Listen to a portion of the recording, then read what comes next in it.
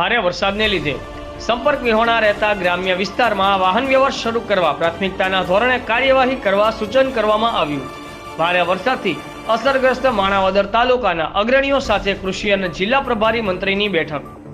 જૂનાગઢ જિલ્લાના કૃષિ મંત્રી અને જૂનાગઢ જિલ્લા પ્રભારી મંત્રી રાઘવજીભાઈ પટેલે માણાવદર તાલુકા પંચાયત ખાતે જિલ્લાના પદાધિકારીઓ અને સ્થાનિક અગ્રણીઓ સાથે બેઠક યોજી હતી। જિલ્લાના ગેડ વિસ્તારમાં થયેલા ભારે વરસાદના પગલે સર્જાયેલા પ્રશ્નો વિશેનો ચિતાર પણ મેળવ્યો હતો।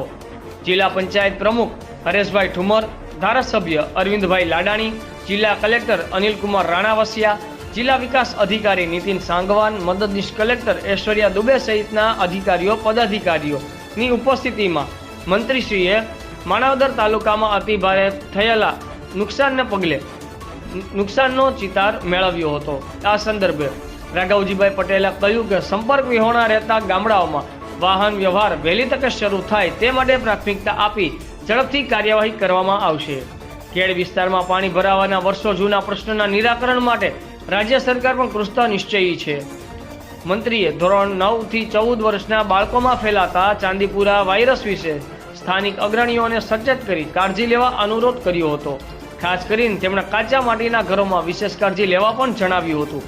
તેમણે પ્રધાનમંત્રી નરેન્દ્ર મોદીની એક પેડ માં કે નામ પહેલને આવકારી આ વરસાદના માહોલમાં અચૂક વૃક્ષારોપણ કરવા જણાવ્યું હતું। બેઠક પ્રારંભે વલસલી માણાવદર પ્રાંતના અધિકારી કનકસિંહ ગોહિલે કહ્યું કે અતિ ભારે વરસાદથી 20 ગામો સંપર્ક વિહોણા બન્યા હતા। 1364 જેટલા લોકોનું સ્થળાંતર કરવામાં આવ્યું હતું। જિલ્લા કલેક્ટરના માર્ગદર્શનમાં આ સ્થળાંતરિત લોકો માટે જમવા સહિતની વ્યવસ્થા કરવામાં આવી હતી।